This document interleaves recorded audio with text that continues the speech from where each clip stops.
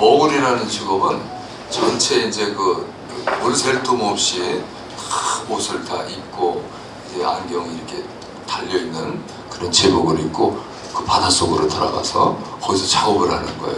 근데 그 작업할 때 밖에서 산소줄로 연결해가지고 산소를 계속 공급해줘요. 근데 그때 뭐 기계로 해주는 것도 아니고 보니까 이렇게 손으로 계속 뭐 펌핑하듯이 해서 산소를 계속 공급해 주더라고요. 근데 이게 이제 줄이 끊어지거나 사고 나거나 큰일 나는 거예요. 산소줄이 계속 연결돼서 산소 공급받아가지고 바다 밑에서 일하는데, 이렇게 일하는 분들이 나중에 가가지고 이제 직업병 같은 게 있대요. 뭐 사지가 막 마비가 된다든지, 너무 바다 압력이 너무 심해서 그 밑에 들어가서 오랜동안 작업하다 보면 이런 어려움이 있다는 얘기를 들었습니다. 그래도 자기가 믿는 거예요. 아, 밖에서 계속해서 펌핑을 하고 산소를 이렇게 공급해 주니까 내가 가서 열심히 일할 수 있겠구나. 만일 하다가 나하고 감정이 안 좋아가지고 모른 척하고 이 펌핑을 안 해주면 죽는 거예요. 그 바다 밑에서. 네, 그러니까 계속 공급을 해줘야 되듯이 우리가 물론 하나님께서 도와주시지만 우리 선교회에서 기도를 해주고 우리가 있다, 힘내시라고 이게 존재 확인만 시켜줘도 이것이 얼마나 힘이 될까 싶습니다. 예, 바울도 정말 어쩌면 최초의 선교사로 주님이 세우셨는데 그는 주님을 뵌 적이 없지만 주님이 보내신 사도로서, 주님이 직접 임명하신 사도로서 자부심을 가지고 많은 사람들이 그 사도 바울에 대한 정통성에 대해서 곡해를 하게 하고 또 이간질을 시키고 했지만 그럼에도 불구하고 바울은 큰 자부심을 가지고 열심히 복음을 전했던 것을 보게 됩니다. 그래서 이제 디모데라고 하는 사람을 사도행전 16장에 보니까 그를 데려가려고, 그리고 이제 아버지는 헬라인이니까 이제 할머니는 이제 유대인으로서 또 어머니도 유대인으로서 예수님을 믿고, 그래서 그 가운데 어려서부터 성경을 배우고 자란 이 디모데를 만나서 그를 데리고 그를 또 가르치면서 바울이 직접 체험하고 배웠던 것을 가르치면서 그를 훈련시켰고, 그래서 그 후계자로 이렇게 삼았던 것을 보게 됩니다. 참으로 저는 이 바울 서신을 보면서 사도 바울에 대해서 너무너무 감사하고 있어요. 우리가 예수님 믿고 구원받고 난 다음에 어떻게 살아야죠? 예수 믿긴 믿어요. 나머지 어떻게 살아야 되냐, 나머지 인생 살 것에 대해서 바울이 우리에게 그걸 소상하게 가르쳐준 게 얼마나 고마운지 모르겠어요. 특별히 고린도서 같은 데 보면은 얼마나 교회 안에 문제가 많이 생깁니까? 그럴 때마다 이걸 어떻게 해결해 줘야 되겠어요? 이런 결혼 문제라든지 뭐 우상 제물에 관한 문제라든지 이게 우리가 해석 내리기 어려운, 이렇게 해서 하나님 괜찮으실까? 하나님이 보실 때 예끼 이놈, 너 왜 그렇게 내가 싫어한다 해석하고 가르쳐주고 있느냐, 야단치시면 어떡하나? 우리가 정말 이렇게 해석해도 될까? 이렇게 믿어도 될까? 이런 난해한 부분들이 참 많잖아요.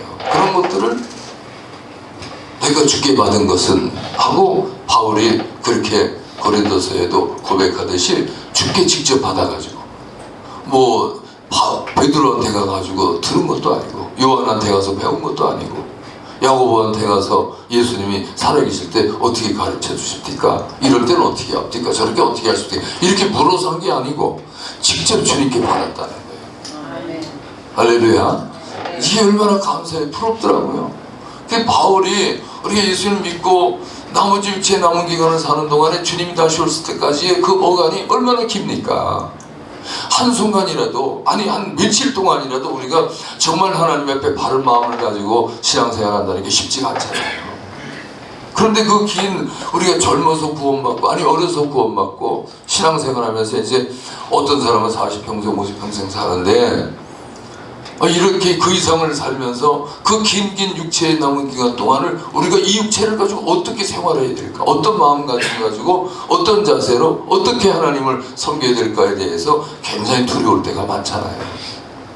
그럴 때 바울이 좀 더 디테일하게 예수를 믿는 신앙생활에 대하여 예수 그리스도로 옷 입는 방법이 무엇인가에 대해서, 그리스도인답게 사는 것이 무엇인가에 대해서 이렇게 좀 더 소상하게 가르쳐준 게 대해서 얼마나 고마운지, 바울 선생님이 지금 살아계시다 보면 나는 바울 선생님 쫓아가서는 하여튼 뭐 12번도 더 아니 만날 때마다는 갈비라도 사드리고 싶고 정말 만날 때마다 고마운 절을 하고 싶고 그게 고맙더라고요. 바울 선생님이 얼마나 고마운 분인지.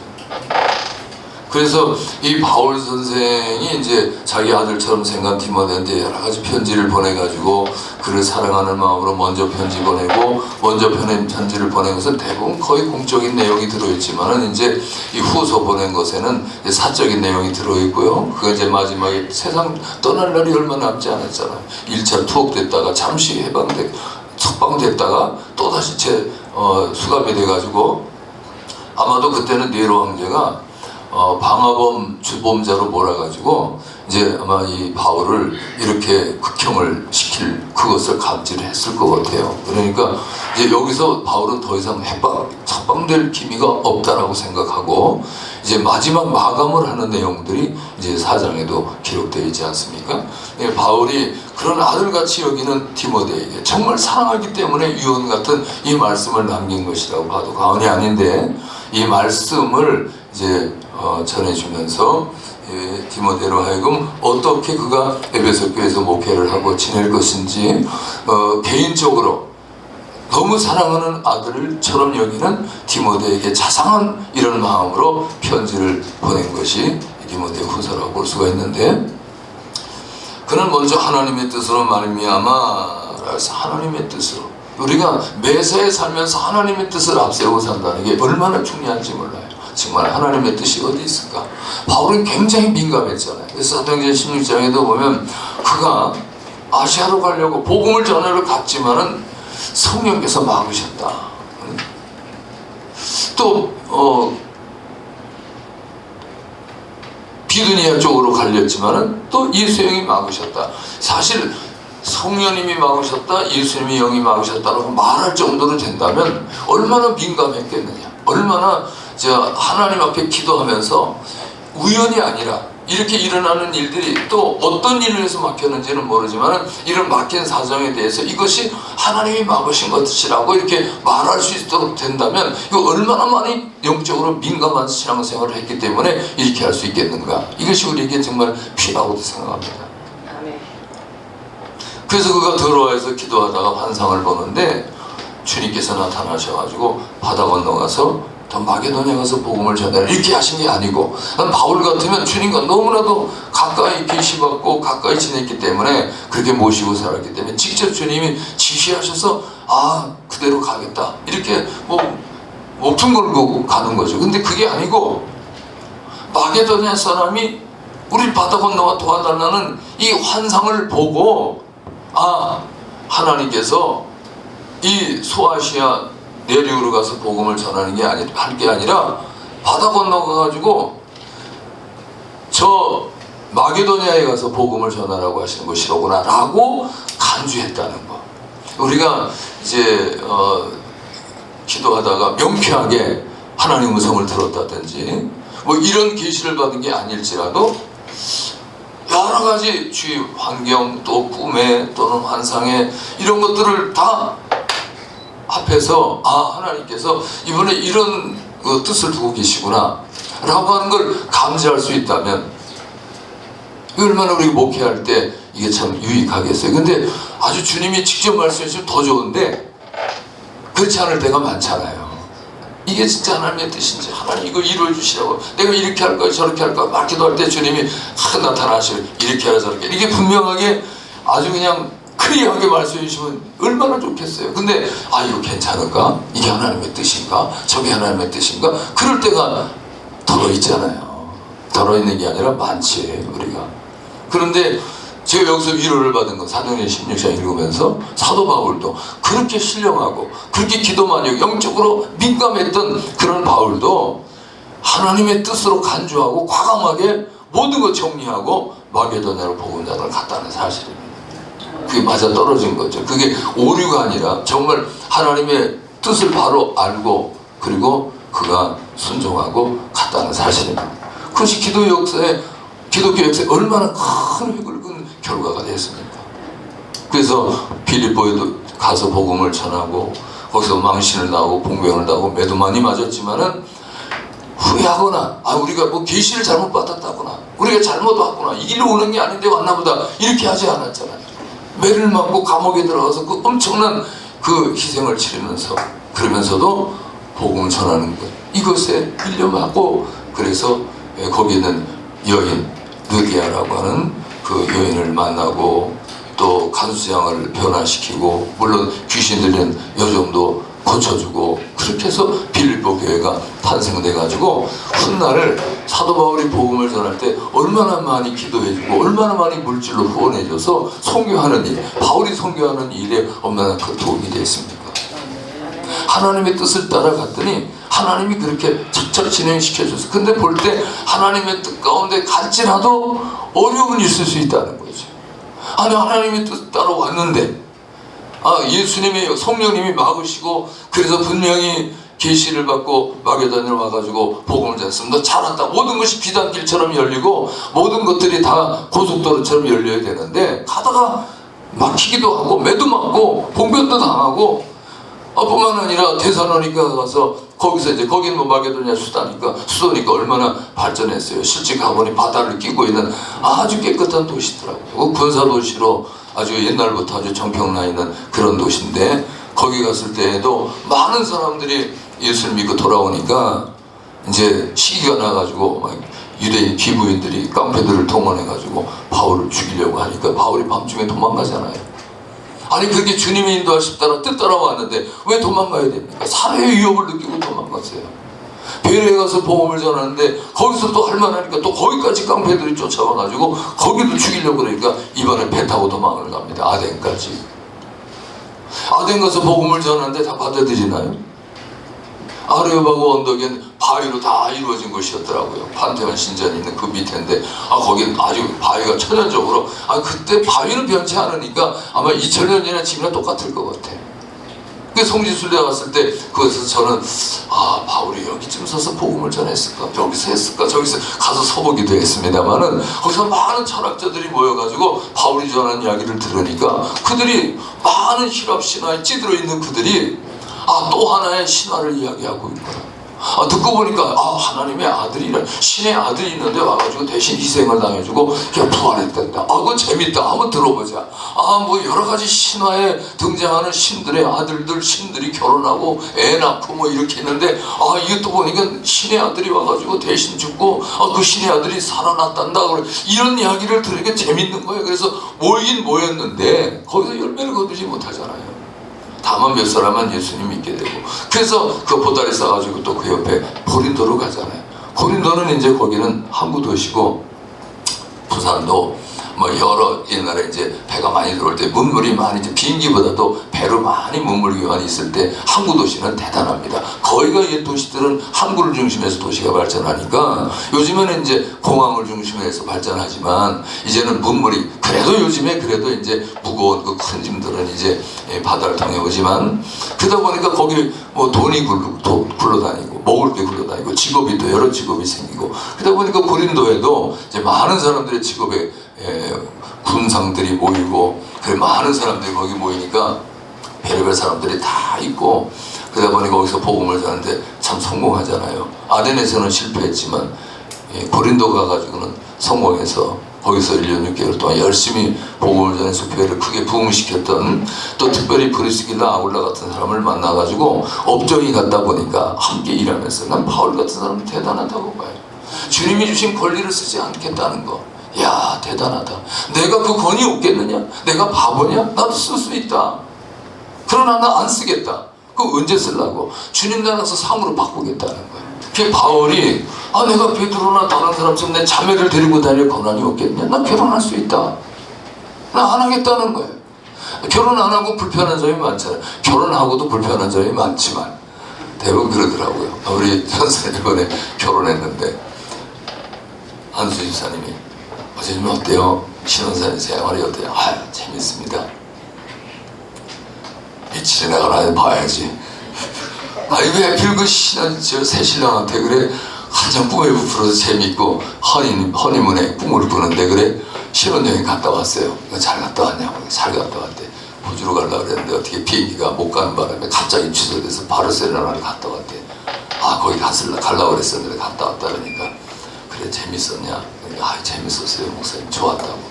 그래 얼마나 지금 재밌을 때냐고 잘 지내시라고 지내야 된다. 옆에서 툭 쳐들으면서 한대는 말이 며칠이나 사는 거 두고 보냈어. 참 그거 산다는 게 얼마나 어렵고 힘든 건지. 이번에 또 이제 쿠웨이트가 TVK에 가가지고 버스를 이제 이동하면서 나와서 이제 소개도 하고 자기 이야기도 하고 이제 막 그러잖아요. 목사님들이 세계에서 모였으니까 세계에서 모인 사람들이 선교사님들 모인 사람들 모이고 미국에서도 오고 동남아에서도 오고 유럽에서도 오고 다들 이제 부부들이 와서 이제 소개들을 하는 거예요. 소개하는데 참 행복하게 살고 있다. 참 좋은 목사님 만나가지고 행복하게 살고 사모님도 참 좋은 사모님 만나가지고 행복하게 산다니까 그거 말고 이제 빨리 진행해. 그러니까 그 살기 어려운 얘기도 좀 하라는 거예요. 그것만 있냐는 거지. 부부지간에 살다 보면 그렇게 달콤한 얘기만 있는 게 아닐 텐데 그러다 보면 이제 사실은 하면서 이제 얘기가 나오는데 내가 사는데 뭐 남편이 이렇게 속썩이고 사모님이 속썩이고 한 얘기를 하니까 그때 가서 목사님들 다 공감을 하고 재밌어 하더라고요. 아주. 그러니까 그걸 보면서 삶이라는 게 다 이렇게 나만 어려운 게 아니구나 이런 생각을 해보면서 이 삶이라는 게 다 그렇구나 하고 재밌어 했어요. 어쨌든 그럼에도 불구하고 결혼하잖아요. 그래도 도움이 되니까. 우리 목회할 때 만약에 혼자라면 얼마나 제재를 많이 받을까. 신방도 가기 힘들고 그래서 정말 함께 부부가 다니면서 자유로운 그런 목회를 하는가 하면 혼자 있을 때 어려운 점이 참 많잖아요. 사실은 바울처럼 혼자 하는 사람이 우리 교단에도 있어. 우리 이재현 목사님 저 양반은 바울이야. 바울 제2의 사도 바울 같은 사람이야. 저 나이 되도록 아직도 결혼 안 하고 나이는 동갑인데 저렇게 사시니까 얼마나 불편한 점이 많을까. 사실 힘들고 어렵지만 결혼하고 나면 사실은 도움을 많이 받잖아요. 그런데 그걸 안 쓰겠다. 대신 상은 주님 나라 가서 받겠다. 내가 열심히 일하는 소에게 망을 씌우지 말라고 하셨듯이 내 입에 망을 씌우지 않고 내가 목양하는데 내가 얼마든지 여기서 녹을 먹을 수 있잖아요. 나 안 먹겠다. 대신 하나님 나라에서 상 받겠다. 이야 대단해. 우리가 정말 이 땅에 있는 동안에 나 손해보는 거 아닌가. 내 목사로서 아무개 목사는 큰 교회에서 대단한 퇴직금을 20억 40억 받았니 그런데 나는 내 퇴직금도 1억도 못 받고 1억은커녕 교회에다 쏟아붓고 나와야 될 이런 판인데 평생 고생한 거 아니냐. 이게 목회 잘못한 거 아니냐. 이렇게 생각하는 분이 있지 않겠나.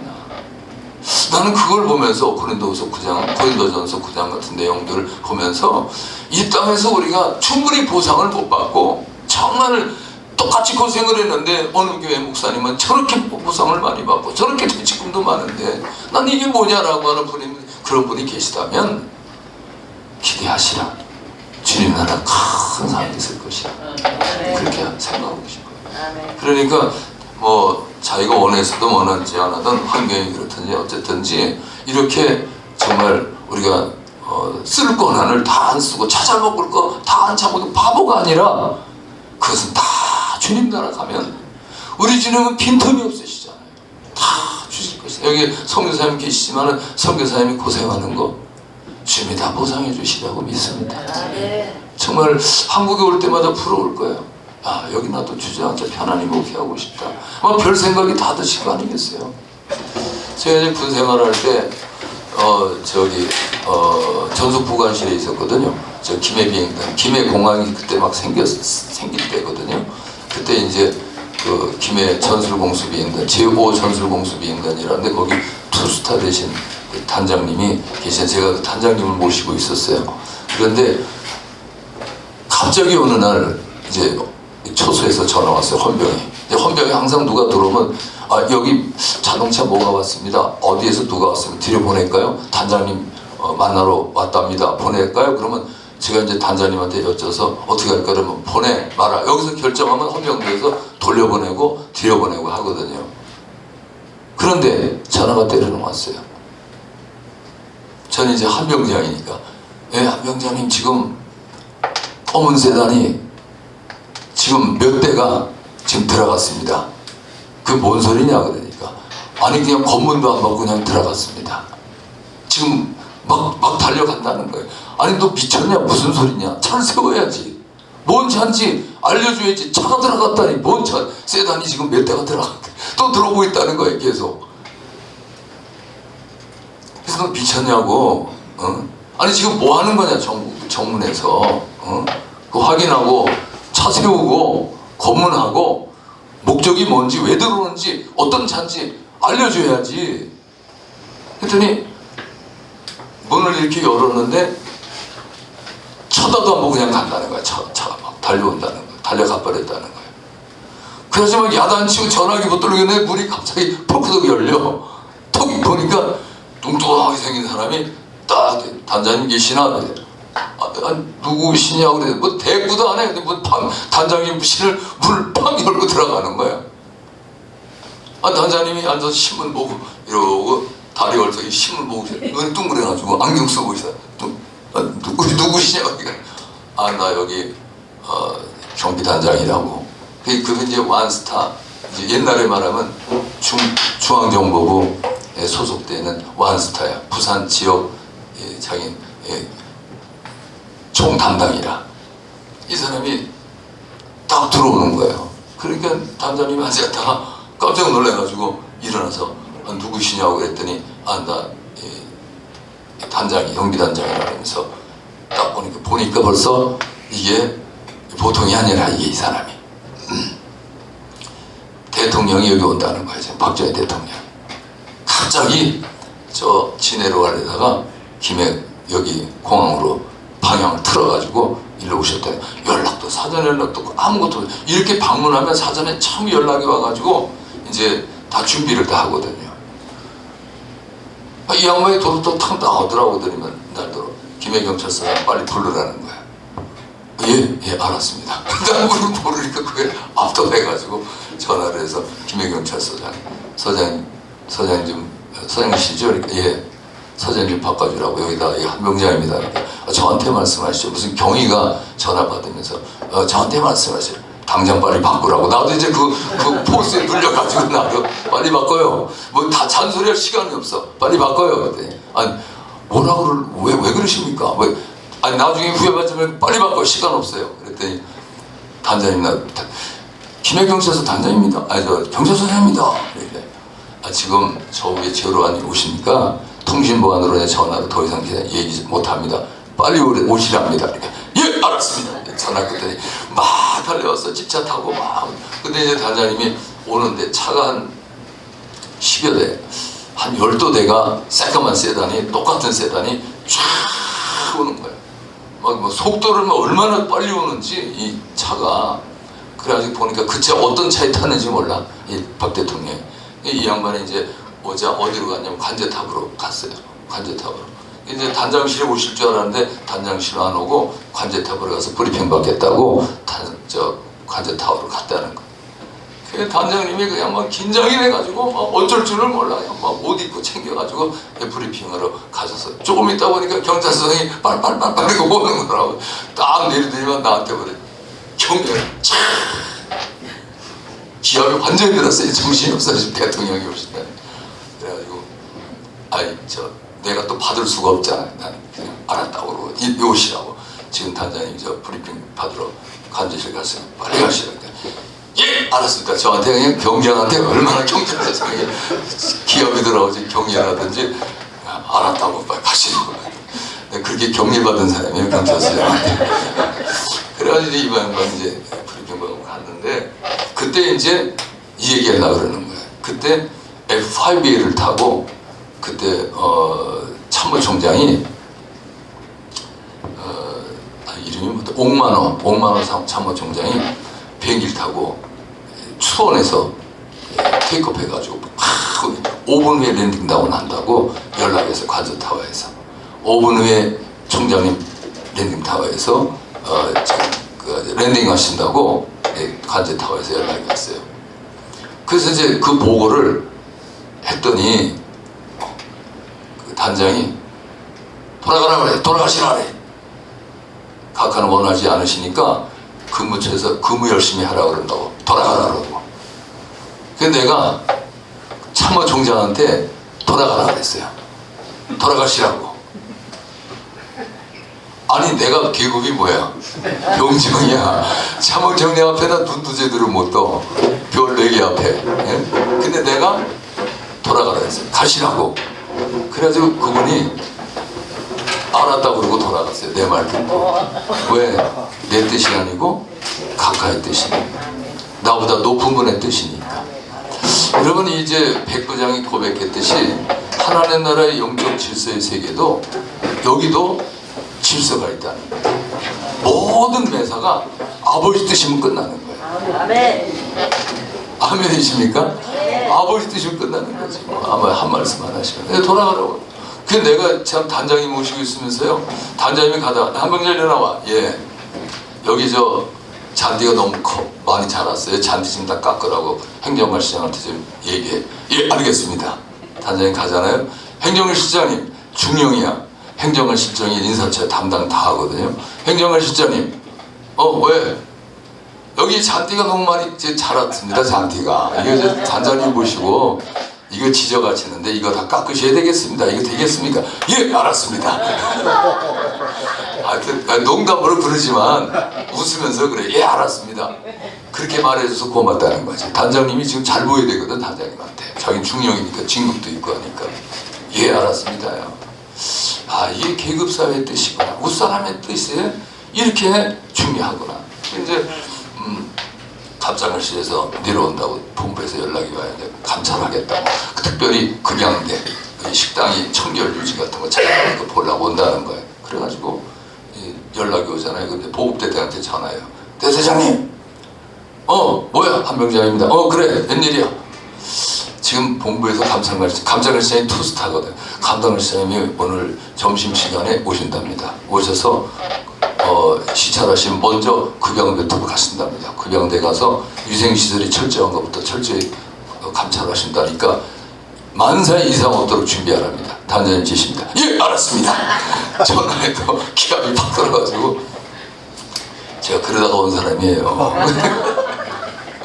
아주 재밌어요. 제 얘기는 안 통해. 병장이 까불 그 조그만 놈이. 이러지만 내가 날 보지 마. 단장님 지시야. 예! 기압이 팍 들어가지고 알았어. 하나님 뜻이면 다 끝나는 거지. 우리가 정말 매사의 모든 것이 하나님의 뜻 앞에 바로 서게 바로 하나님의 뜻이라는데 거기 고개 들고 대들 사람 나오라 그래요. 없어.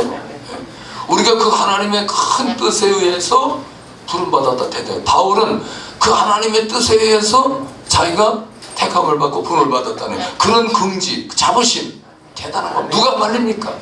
그러니까 바울은 그런 먼저 하나님의 뜻으로 말미암아 그리스도 예수 안에 있는 생명의 약속대로 그리스도 예수의 사도된 바울은 하면서 디모데에게 사랑하는 아들 디모데에게 편지하노니 하나님 아버지와 그리스도 예수 우리 주께로부터 은혜와 긍휼과 평강이 내게 있을지어다. 참 내가 평강이 있어라. 과거 보니까 김정일이 그러더라고요.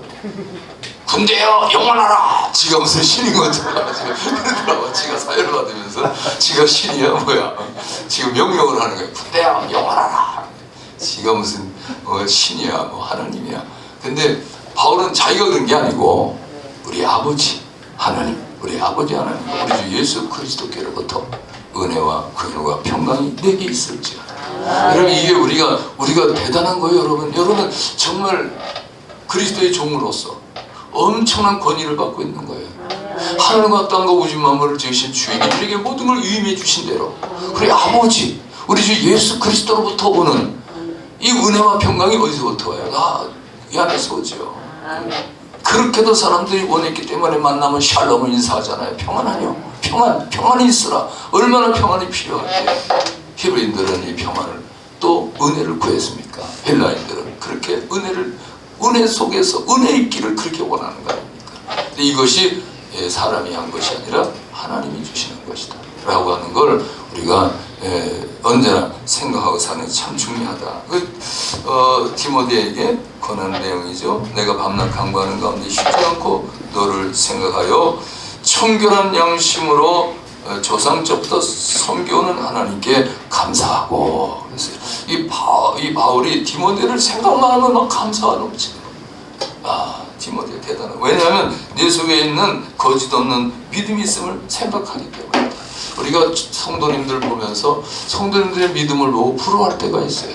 내가 저 사람이라면 저렇게 할 수 있을까? 내가 저 사람 저런 지경이 있다면 저렇게 헌금할 수 있을까? 부끄러워요. 솔직히 나를 그렇게 비교한 건 내 스스로가 비교하면서 내 자신이 얼마나 부끄러운지. 그래서 사실 우리 목사님들도 정말 주를 위해서 헌신하고 희생하는 분들 보면요, 내 마음으로 어떤 때는요 부끄러움을 느낄 때가 많아요. 부럽다. 저렇게 저런 믿음으로 헌신하는 거 나는 왜 못하나? 내 자신과 많이 싸워요. 난 왜 이렇게 인색하지? 난 왜 이렇게 그렇게 하지 못하지? 이런 거에 대해서 얼마나 많이 싸우는지 몰라요. 그러면서 여전히 내 욕심과 내 여전히 염려나 근심은 나로 하여금 주님 일에 용감하게 결단을 내리지 못하게 한다는 이 사실. 이게 때로는 얼마나 정말 안타깝고 괴로운지 몰라요. 그래서 이 바울도 그에게 큰 위로가 된 건 이 거짓 없는 믿음 있는 그 사람 앞에서는 언제나 바울이 큰 힘을 얻지 않았는가. 아들같이 여기는 디모데를 보면서 디모데에게 힘을 얻고 디모데를 생각하면서 감사했다는 거 아닙니까? 디모데에 있는 그 거짓 없는 믿음, 거짓 없는 믿음이 필요하잖아요. 행함 있는 믿음, 진실한 믿음, 그리고 변질되지 않는 믿음, 끝까지 변질되지 않고 주님이 인정하시는 그 믿음이 이게 금보다 더 귀한 거 아닙니까? 우리가 믿음으로 우리가 산다는 게 참으로 중요한데, 이 매사의 믿음으로, 기도도 믿음으로, 예배도 믿음으로, 찬양도 믿음으로, 선교도 믿음으로, 다 믿음으로 해내는데, 봉사도 믿음으로, 모이는 것도 믿음으로. 근데 이 믿음이 식어버리면 이상한 거예요. 믿음이 식어버리면 다 억울한 거고, 믿음이 식으면 다 바보예요. 믿음이 식어버리면 우린 다 지금 엉뚱한 짓을 하는 거. 뭐로 바쁠 시간에 이렇게 모입니다. 믿음으로 하나님 기뻐하시는 아버지 뜻이 우선이기에, 선교하는 일이 우선이기에 우리가 아버지 뜻에 따라서 또 내 몸이 움직여지는 거예요. 아버지 뜻에 시간을 드리는 거예요. 아버지 뜻에서 물질을 드리는 거고요. 그것이 우리가 후회함이 없는 인생이 될 줄로 믿습니다. 아버지 뜻에 의해서 하고 나면 다소 좀 손해본 것 같아도요, 아니 때로는 무시당하고 때로는 핍박까지 당해도요, 여러분 이게 어쩜 이렇게 기쁩니까? 아버지 뜻대로 했다면. 내 욕심 때문에 아버지 뜻인데도 불구하고 아버지 뜻을 이루어드리지 못하고 내 욕심이 오히려 이겨버렸다 그러면 하고 나서 얼마나 불쾌하고 짜증나고 얼마나 그러고 난 다음에 괴롭습니다. 내 아버지 뜻이라면 이루어드리고는 너무너무 기쁜 거죠. 그래서 우리가 매사에 나뿐 아니라 나에게 상담하는 성도님들에게도 믿음으로 상담해주고 믿음으로 대해준다는 게 너무 중요한 거죠. 제가 이제 최근에 우리 교회에서 있었던 일하고 마치겠어요. 지금 1시에 밥 먹을 거니까 그 전에 이제 우리가 순서도 있겠지만은 한마디만 하고 마치겠어요. 지난 우리 지방회 때도 간증을 했는데, 최근에 이제 전도에서 우리 교회에 나온 모녀가 있었어요. 이 모녀가 우리 교회 열심히 전도하는 분의 전도를 받아. 이분이 깡그리 거지였었어요. 식당 하다 망해가지고 교회 나왔는데 참을 고집드시고 해병대 출신인데 아주 그냥 자존심도 강하고 고집드신 사람인데, 이 사람이 이제 부인이 권사님이라. 그래서 깡그리 망해서 뭐 이제 약초 같은 거 한다고 해서 가게를 내가 싸게 얻어줬어요. 우리 부동산에 권사님한테 얘기해가지고 싸게 얻어줬거든. 내가 막 팍팍 부딪혀가지고 본인은 못 깎아. 내가 그냥 확 깎아가지고, 그래서 점포 괜찮은 걸 1,000만 원 보증금에 90만 원 내도록 해줬어요. 괜찮은 거예요. 몫이 좋은데. 그런데 고맙잖아요. 근데 개업 예배드리러 딱 갔더니 약초 쓸다가 예배드리면서 나가서 화장실 갔다 오는 줄 알았어. 근데 예배드리는 동안 나갔다 올 테니까 예배드리라는 거야. 자기 나갔다 오겠대. 이런 양통머리 없는 사람이다. 아니 저를 위해서 이렇게, 내가 그 건물 주인이 경찰서장 부인 거라 사정해가지고 직접 통화해가지고 이거 없는 사람인데 제발 좀 살려주셔서 해주시면 나중에 월세 올려드리겠다고 해가지고 내가 나서서 내일처럼 해서 깎아줬단 말이에요. 처음에는 5천만 원에 뭐 100만 원씩 내라는 거를 1,000만 원에 90만 원에 깎았으면 많이 깎았잖아요. 그럼 고맙잖아. 고마워서라도 예배드리는 척이라도 해줘야 될 거 아니에요. 아니, 예배드리러 가는데 왜 도망가 이놈이. 그래가지고 가는데 얼마나 얄밉든지 야 저게 인간인가 싶더라고. 근데 그 사람이 이제 예수님 믿게 됐어요. 나중에 예수님 믿는 것도 나 시간이 없으니까 얘기 못하지만 하여튼 이상하게 이 뚱멋이 있어가지고 말 삐뚤어만 나가면서 그러다가 이제 안수일사님이 됐는데 정말 이분이 예수님 만나고 나서 크게 변화돼가지고 열심히 섬겨요. 지금 이제 장로 이번에 이제 예정자로서 훈련을 받고 있거든요. 근데 이분이 전도한 거예요. 그분이 이제 교회 나와서 너무 축복을 많이 받았거든요. 이 사람이 이제 기도하고 산삼 캔 사람이야. 목사님 기도해 주시면 내가 산삼 캐겠습니다 해서 새벽 기도 마치고 안수기도 했더니 산삼 캐러 지금 가가지고 산삼 캐온 사람이야. 그리고 이제 그 다음 주도 또 기도해 달라고. 이 사람이 믿음이 생긴 거야. 기도해주면 또 올라가서 산삼 캐오는 거야. 목사님 기도해주면. 기도해주면 매주마다 목요일마다 가네. 산에. 새벽 기도 끝나고. 가면 6뿌리, 7뿌리, 12뿌리. 어떤 건 50년 묵은 산삼, 어떤 건 100년 묵은 산삼. 산삼을 막 나중에 팔 데가 없는 거야. 산삼을 너무 캐니까. 나도 산삼 얻어먹고 조용기 목사님도 갖다 드리고 이용호 목사도 옛날에 갖다 줬는데 고마워 하나 모르겠어. 그런데 여러분들 필요해요? 대답하지 마세요. 대답하기 전에 빨리 하겠어. 그렇게 이제 했던 분에게 축복을 받았다 이거 자기가. 그러니까 오는 사람마다 전도를 많이 해요. 근데 이제 그분도 전도했는데 너무너무 어려워. 아파트 사는데 오녀가 와가지고 펑펑 부른 거야. 자기는 사람이 너무 어려우니까. 학원을 했는데 망했어. 대출 얻어가지고 학원에서 망해가지고 이제 문 닫고 자기 할 게 없으니까 거기가 뭐 있지? LG 뭐 회사 있지 거기 파주. 응? 거기 다녀. 거기 취직해가지고 거기 일하러 다니니까 거기서 나오는 봉급 가지고 대출 이자 갚아야지. 살림해야지. 쌀 돈도 없다는 거예요. 그렇게 어렵대요. 그래 참 저걸 어떻게 도와줘야 돼? 교회에서 그렇다고 해서 다 대학 출신이야.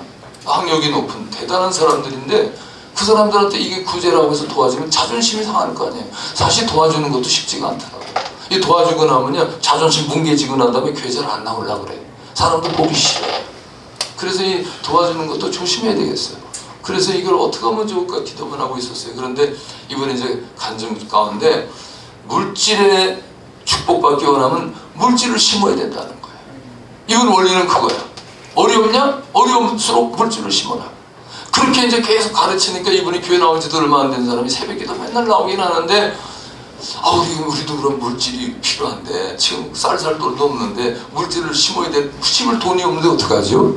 그러니까 또 대출을 얻어서라도 하라고 또 이렇게 얘기를 해줬나 봐. 이 양반이 또 대출을 500만 원 얻었네. 캐피탈에서 비싼 대출 얻어가지고 헌금을 다 갚았어요. 목사님 기도해 주세요. 이 돈의 의미가 많이 있을 텐데 헌금에 바라는 게 많을 텐데 얼마나 부담이 되는지.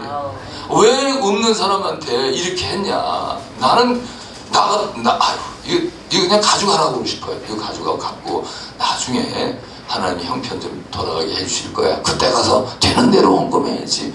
이거 없는데 쌀 돈도 없는데 대출을 500만 원 끌어가지고 이렇게 헌금을 드리면 얼마나 이게 목사가 부담이 되겠어요. 인간적으로 볼 때 생각해 봅시다. 전도했어요. 전도했어요. 목사님 헌금해야 된다고 해서 헌금했어요. 잘했지요 목사님? 나 헌금 찌긋찌긋 가면서 이렇게 한다면 나는 사기꾼 대장이고 이제 전도해 사람들은 다 협작꾼들이야. 다 해서 몰입꾼 다 해서 몰아와가지고 내가 옆구리 푹푹 쪄서 자꾸 헌금 내라 그러고 목사님이 그러고 이제 난 또 고마워서 뒤로 10% 딱 빼서 수고했어. 10% 딱. 만일 그렇다면 이건 도덕론 단체지. 이게 무슨 교회입니까 이게. 사기꾼 단체지. 그런 건 아니지만 만일 이대로 해서 어려움에 빠진다면 이거는 목사하고 그 전도해온 집사하고 짜고 가난한 사람 훑어먹는 거야. 그렇잖아요. 막 그렇게 생각해보면 얼마나 제 자신이 정말 믿고 제 자신이 얼마나 참 그 하나님 앞에 죄 짓는 거고 잘못하는 거예요. 그래서 참 그런데 어떻게 여기서 이 사람 이 돈 가져가라고 진짜 이거 자존심 묵살시키는 거예요. 그래 안 받을 수 없고 받을 수 없고 그래서 헌금을 받되 기도를 해줬어요. 500만 원. 이 돈은 정말 너무너무 피 같은 돈. 눈물 어린 돈이라 기도해주고 그러고 난 다음에 하나님 잘 되겠다. 근데 이 사람이 이제 그러고 난 다음에 아무래도 집을 팔아야 되겠어요. 이자 감당하기가 너무 힘드니까 집을 팔아야 되겠다고 그러길래 내가 그랬어요. 작자가 왔대. 그러면 3천만 원 더 올려달라고 그래. 3천만 원. 그랬어요. 이거 돈이 더 필요하니까 빚 갚아야지. 뭐 깎는 게 없는 거예요.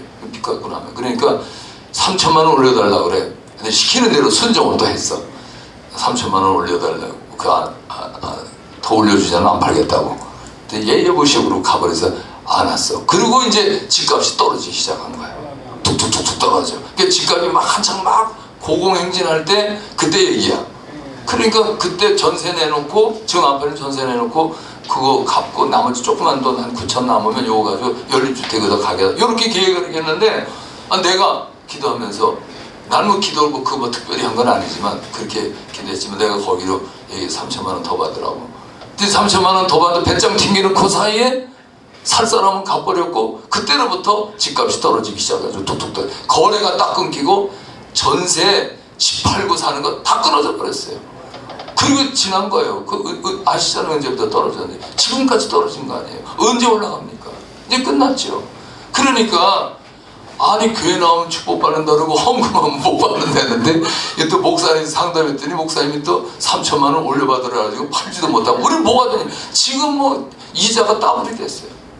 금리가 올라가요. 그러니 죽는 거지 지금. 말은 안 하지만 그 사람이 날 볼 때마다 여러분 하나님께 충성하면 복 받습니다. 복 받기는 무슨 복이냐고 이럴 것만 같은데 이제는 목사님 이제 어떻게 될지 막다른 골목에 왔습니다. 그야말로 우리는 내함께 생겼습니다. 들어오는 돈 몽땅 이자로 다 나가고 봉급받아가지고 이게 세 식구라 네 식구라 딸 둘에 부부. 그래서 하는 수 없이 새벽기도 나와가지고 계속 기도하고 어떻게 나도 다가가서 해줘야 될 거 아니야. 그래서 새벽기도 설교 끝나면 앞으로 나오시라고. 나오면 내가 안수기도 맨날 해드릴 텐데 내가 할 건 그거밖에 없잖아요. 적극적인 모습을 보여줄 게 그거밖에 없잖아요. 그러니까 새벽기도 설교 끝나면 앞에 나와서 안수기도 받으라고. 예 알았습니다. 좋아가지고 이제 자기 이제 응답받는다 비전을 갖고 새벽기도 하세요. 열심히 기도하는데 아무런 변화도 없는 거예요. 나도 역시 아이고 얼마나 답답하지. 얼마나 변화가 좀 있냐. 그렇다고 뭐 좀 표동산에서 좀 알아봤어요. 좀 누가 좀 보기나 했어요. 무슨 손바닥만한 구름이라도 보이나 하고. 나도 그래야 기도할 거 아니야. 목사도 기도하시면 뭐 손바닥이 보여야 될 거 아니겠어요. 그래서 물어보면 아무 연락도 아무 기도 없는 거예요. 이야 그렇게 한 주가 지나 두 주가 지나 세 주가 지나 맨날 기도받는데 아무런 변화도 조짐도 아무것도 없는 거예요. 그런데 한 21일 정도 지나고 난 다음에 새벽 기도하는데 나도 저들한테 뭔가 멘트를 해줘야 되는데 뭘 해줘야 될까 새벽에 막 기도를 하는데 기도 끝나고 난 다음에 그래서 하나님 마음 주신 대로 그 딸한테 너 은성아 이제 하나님께서 너한테 지금 큰 비전을 주시는데 너 앞으로 잘 될 거야. 그 얘기보다 더 넓게 보였어요. 너 잘 될 거야. 너 앞으로 잘 될 거니까 그렇게 알고 기대해. 하나님 너를 앞으로 쓰실 거다. 그러게 했어요. 바로 그날 매경에 인사처에 합격이 됐어요. 매경이 어딘지 모르시죠?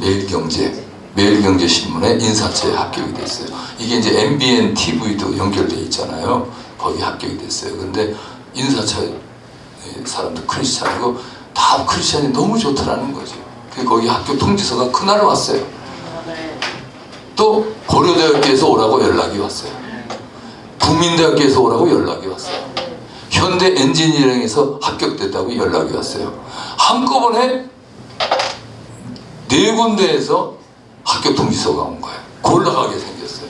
그런데 매경에 갔어요. 그래서 거기 이제 출근해서 내일부터 거기 오게 됐다는 거예요. 아니 시험 봤다고 나한테 얘기해 준 적도 없어요. 그런데 그날 목사님 말씀 듣고 그날 기대했다는 거예요. 근데 그날 가서 있는데 연락이 합격 통지서가 오기 시작하더라는 거죠.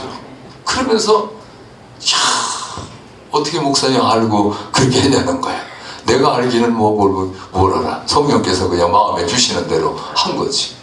그런데 집 문제는 어떻게 되느냐. 집 문제는요 큰딸이 경희대 병원에 간호사로 합격이 됐어요. 간호사 합격돼가지고 거기서 청년 지원 자금이 나오잖아요. 청년 자금이 아주 저리로 지원 자금이 나와가지고 지금 그 캐피탈에서 비싼 이자 내는 걸 이 청년 자금으로 바꿔치기 해준다는 거예요. 싹 해결됐어요. 이제 이자가 아니야. 이제 이건 완전히 저리로 내는 거예요. 그러지 딸들 합격돼서 직장 됐지, 남편 다니지, 세 사람이 지금 벌어. 그러니까 지난 수요일날 눈물 흘리면서 목사님 정말 우리 하나님은 살아계시네요. 정말 우리 하나님은 좋으신 하나님이시네요. 눈물 흘리면서 목사님 이러면 어떻게 하면 좋아요? 어떻게 하면 좋아요? 뭘 어떻게 하면 좋아? 집사님 전도 받을 때 뭐라 그랬어? 거지였는데 축복받았다 그랬지. 그대로 믿었더니 집사님도 그렇게 됐지. 집사님도 그렇게 전해 주변 사람들한테. 그리고 전도해. 이런 얘기를 지난주에 했더니 새벽 예배 요즘에 많이 나와 성도에. 자기들도 이제 뭔가 지금 여기 희망이 생긴 거야. 유튜브도 막 들어오고 요즘에 새벽 예배 한 50명씩 들어오고. 그래서 새벽 예배 나오는데 얼마나 내 속이 다 보이는 거야. 아이고 당신들 참 어쩌면 그렇게 얄팍하냐. 그럼 너나 나나 뭐 다 마찬가지지. 우리가 그런 간간히 뭔가 좀 임팩트 있는 간증을 좀 해줘야 믿음의 그 무료함이 사라지고 뭔가 새롭게 마음을 가지고 갈 수 있는 계기를 마련하는 게 아닌가 싶어집니다. 참 우리가 가는 길에 끊임없이 말씀에 정진하고 끊임없이 기도. 뭐든지 목사님 어떻게 할까요? 기도하십시오. 답은 뻔한 거예요. 그러니까 상담을 안 하는 거예요. 목사님 큰 문제 어떻게 할 거예요? 기도합시다. 전부 결론은 기도합시다야. 근데 기도합시다 내용이 다 다르죠. 비중이 다르고 사실은. 그런데 성도님들이 어떻게 절박한 마음을 갖고 대하느냐에 따라 다른 것처럼요. 정말 우리 자신이 주님을 생각할 때 그런 절박한 마음을 늘 갖고 해야 되지 않겠나. 우리 세계선교회도 주님이 주신 주님의 뜻 안에서 부름받아가지고 이렇게 세계선교를 위해서 뭘 할 것이냐. 우리가 정말 선교를 위해서 도울 마음이 있다면 하나님이 거기에 대한 물질도 주시지 않겠나. 난 정말 이 포인트가 물질이라. 근데 물질 얘기 제가 간증할 때 못했어요. 그때 왜냐하면 남편이 신앙이 없어요. 남이 고생하잖아요. 그럼 부인하고 이 딸이 돌아다니면서 맨날 헌금이나 하고 나는 주간하고 직장에 다니면서 돈 벌어다 주면 교회에다 다 갖다 바친다 그러고 믿음이 없으면 그러잖아요. 그러니까 그 간증을 못했는데 사실은 포인트가 물질 있는 곳에 마음이 있다고. 물질 쏟아보면서 해야 된다. 여러분 이것이 우리의 교훈되기 바랍니다. 정말 주를 위해서 한 희생은요 반드시 다 하나님 갚아주시고, 여기에 앉아 계신 목사님 중에도 맞아 내가 더 잘 알지, 나도 그렇게 해서 나도 많은 응답하고 체험이 있는 사람이야 라고 이렇게 속으로 말씀하실 분들이 많으실 거예요. 그렇습니다. 우리가 그렇게 공감하듯이 주님 앞에 멋지게 우리 주님의 뜻 안에서 우리가 전도하고 선교하는 일에 좀 더 매진하고 기도한다면 주의 놀라운 은혜가 우리 가운데 넘치게 될 줄로 믿습니다. 기도합시다. 하나님.